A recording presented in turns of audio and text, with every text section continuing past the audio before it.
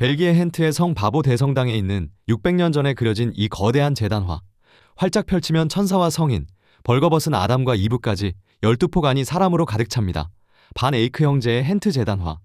그런데 사람들이 정작 코를 박고 들여다보는 건 그 한복판 아래에 서 있는 작은 양 한 마리예요. 그런데 이 그림, 확대하면 할수록 없던 세계가 자꾸 튀어나옵니다. 맨눈으로는 절반도 안 보이는 것들이 빼곡하게 숨어 있거든요. 확대경도 사진기도 없던 600년 전에요.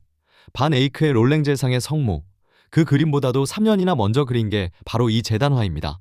먼저 저 뒤편 언덕을 보세요. 손톱만한 크기의 첨탑이 수십 개나 솟아있는 이 도시는 성경이 말한 천국의 도시, 천상의 예루살렘입니다.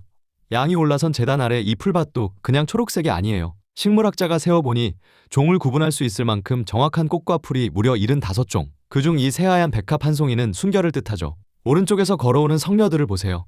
손에 쥔 종려 가지는 목숨을 바친 순교의 상징이고, 겨우 손톱만한 얼굴들이 표정도 머리 위 보석관도 옷의 금실 자수까지 하나같이 다 다릅니다. 제단 바로 앞에는 팔각형 샘이 하나 놓여 있어요. 여기서 흘러나온 맑은 물이 그림박, 그러니까 우리가 서 있는 쪽으로 넘쳐 흐릅니다. 그림 속 세계와 우리를 물줄기 하나로 슬쩍 이어놓은 거예요. 양을 둘러싼 천사들의 손에도 뭔가 들려 있어요. 커다란 십자가와 돌기둥, 채찍과 가시관, 곧 닥쳐올 예수의 순환을 이 평화로운 예배 한복판에 미리 새겨둔 겁니다. 그리고 그림 한가운데 양의 가슴. 바로 여기서 가느다란 붉은 피가 흘러나와 앞에 놓인 황금잔으로 조용히 떨어지고 있습니다. 제단 앞면엔 이런 글귀가 또렷이 새겨져 있어요. 보라, 세상의 죄를 짊어진 하느님의 어린 양. 이 양은 그냥 동물이 아니라 인류를 대신해 십자가에서 피 흘린 그리스도라는 뜻입니다. 풀 한 포기, 손톱만한 얼굴 하나까지 반 에이크가 이토록 집요하게 그려넣은 이유.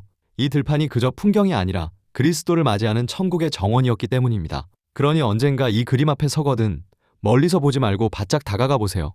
600년 전 한 화가가 풀 한 포기에까지 숨겨둔 천국이 거기 다 담겨 있으니까요. 명화의 비밀, 다음 이야기도 놓치지 않으시려면 구독과 좋아요, 그리고 댓글로 함께해요.